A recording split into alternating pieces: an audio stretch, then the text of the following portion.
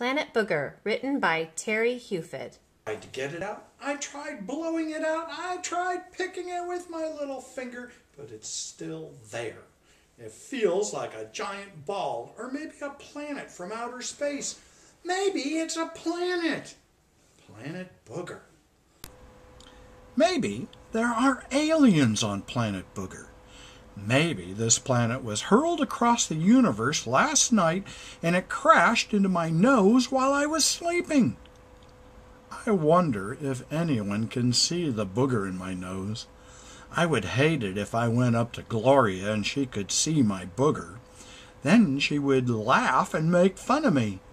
What if little aliens came out of my nose and jumped on Gloria while I was talking to her?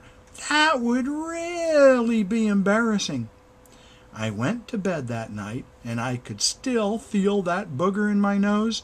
I rubbed and I picked at my nose for the longest time and then felt my eyes getting heavier and heavier, and then I fell asleep. Suddenly, I was walking in this really brown, gooey, snotty stuff in my rubber boots. Up ahead, it looked like there were houses. As I walked closer, I could see and hear kids playing. They were picking up the gooey stuff on the ground, rolling it up into what seemed like brown snowballs, and throwing it at each other. And I asked, "Can I play?" They thought for a moment and then said, "You can go over and play on the other team. They need another player." I started grabbing that brown stuff on the ground as fast as I could, making booger balls and throwing them at the other team.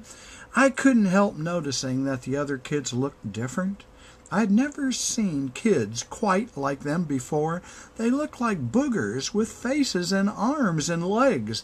The sky was full of streaks of brown goop from the snowballs, and after a while we got tired out laughing at each other because the snowballs looked like giant boogers that exploded all over our clothes. All of a sudden, we heard this loud roaring sound like a rocket was being launched into outer space. All the kids ducked, so I did the same. What was that? It was the booger launcher, launching boogers into people's noses, they said. He frightens everyone here on Planet Booger. Why don't you do something about him, I asked. We never thought of that. What could we do? You could stop him from terrorizing everybody on your planet and stop him from launching boogers. We thought about what we could do. First, we'll have to find the Booger Man. We waited for the next launching of the Booger Man, and then we followed the sound to where it started, but we didn't find him. We had to do this several times. We waited again and followed the sound, and just around the bend we found the Booger Man launching giant boogers as big as a car from what looked like a giant slingshot. The boogers fell apart when they hit the outer atmosphere of the planet and fell into thousands of smaller boogers headed for people's noses all over the universe. We had to come up with a plan to stop the Booger Man. We gathered into a football huddle out of sight of the Booger Man and talked about what we would do. After a while, we finally had a plan. We decided to wait until dark so that the Booger Man would be less likely to see us. After the Booger Man quit for the day and went into his house, we would sneak up to the slingshot and cut the bands with our pocket knives so that the slingshot would never ever work again. We waited until the sun went down and crawled inch by inch, commando style, to the slingshot. And when we got to the slingshot, we sliced through the bands. We could hardly breathe. We were so afraid of being caught. All of a sudden, the Booger Man stepped out of his house and yelled, "Stop! And when I get you, you'll be sorry, 'cause I'm going to launch you into outer space with my booger launcher." We were scared out of our minds and ran for our lives. Lucky for us, the Booger Man was an old man and could barely walk, let alone run. "Rise and shine, it's time to get up." "What?" I couldn't believe it. I was in my own bed, in my bedroom at home, and I realized it had all been just a dream.